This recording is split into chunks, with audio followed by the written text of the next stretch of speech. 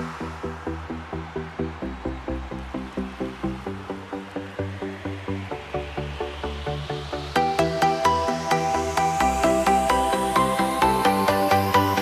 name is Lalit. I will be your host for these 2 days. Thank you so much for showing up, and I'm looking forward to have a great time with you all. Being a manager doesn't give you that power. "Hey, I'm manager." No. It should be like, I am a manager. I have so many people to serve to, so many people to take care of. Right? How did it make you feel? What were your first instincts? What did you do as your first action? Did you react quickly? Did you take a moment to think about it and then think about how you want to compose yourself or what you want to share or what you want to do?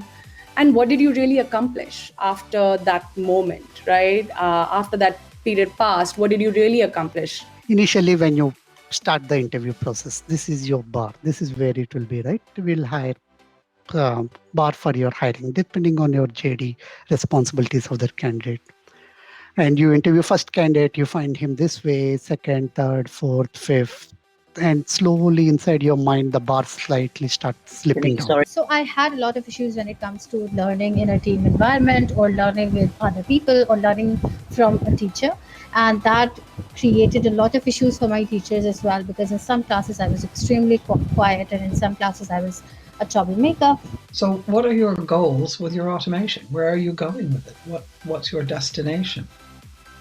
Testing and automation are different activities and they need to have different goals, different objectives. What are some good objectives for testing? Finding bugs, gaining confidence, investigating, informing stakeholders. Good objectives for automation, they must be different. They mustn't be the same because testing and automation are different activities. You can stand in front of a group of people and say, well, what you have to do is go and get invited to these key meetings.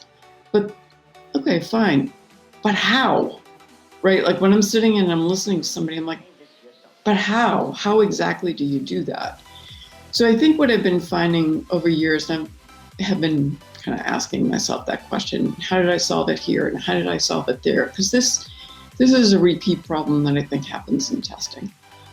I think you have to find the language of the company that you're working in, and you have to find an ally of some type where you can make an appeal. Everybody can do these things, not just me. These are things that each of you can do in one form or another for yourself, because it's you. It's your career, it's your life. And this is the one that I've been focusing on ever since 2007. This is what I've been focusing on. You don't need to wait until you get fired to make yourself better. If you have honestly the bravery to go to your manager and sort of use SBI in reverse. So SBI is situation, behavior, impact, feedback. So when any of us goes and says, you're always condescending or you're always sarcastic, it sets up the dichotomy of always never, and people become extremely defensive about that. And so what's funny is good enough has become an idiom that means not good enough, but that's ridiculous. That's not what James meant when he created the first, one of the first anyway, notions of good enough software testing. I think often in tech, we try and solve a lot of problems by being logical. So we use our minds, and we have some amazing minds in tech, right? And we're very good at analyzing, particularly in software testing. We're very good at analyzing, categorizing problems. Who tell me that you're very successful is only because I have seen a lot of failures in my life. And I truly believe that you have to fail in order to rise in your career.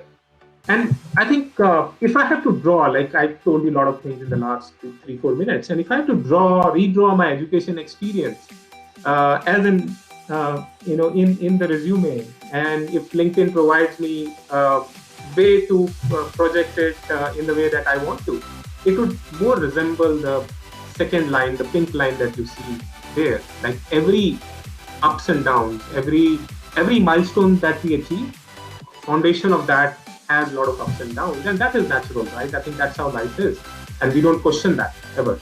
Intellectual process to test, and it's not a set of deterministic checks.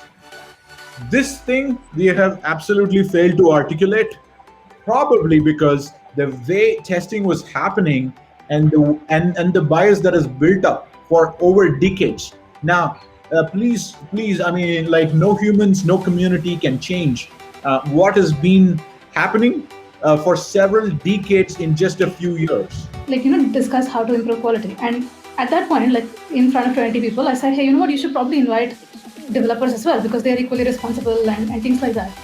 And the way I said it, and like the setting in which I said it, probably came out a little, sounded very negative. It sounded like I was accusing these developers of not, trying to build things right. And that was not fair, right? Like, it almost sounded like I was questioning the intent of developers in the first place. So the head of engineering was just taken aback, and he then. So what I started to do was hold back anything that wasn't going to be an issue this week, and wait until the week it would be an issue. And that slight shift on when I would communicate what I was seeing had a huge change for how I was seen on the project. Now I was seen as being proactive, looking ahead, bringing things up so we could deal with them. As performance engineers, we have the extraordinary ability to waste everyone's time. We could be running the wrong test that leads to false overconfidence, meaning just running a test for the sake of running it. On paper, it looks like, yeah, we ran performance tests, good. Other companies or other teams don't even run it.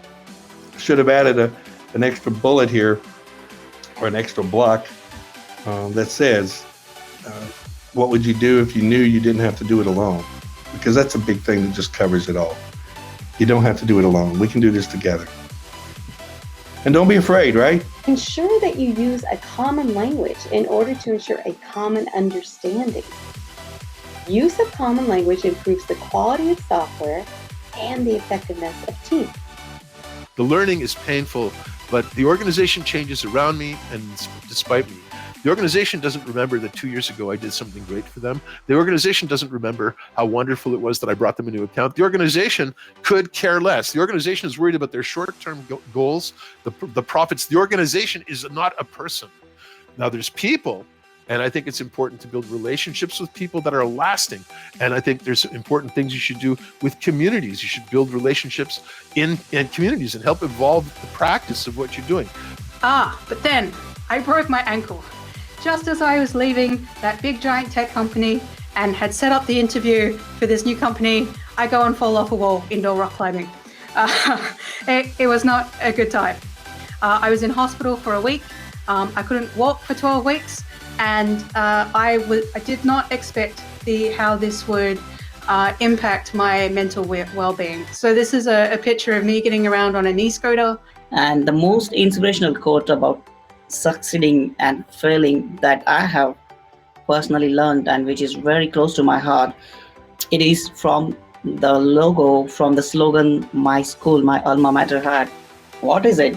It's in Sanskrit, it's called Varamapayasho Natu Lagudayam. Its literal English translation is not failure, but low aim is crime. And I can't stress enough how true this is.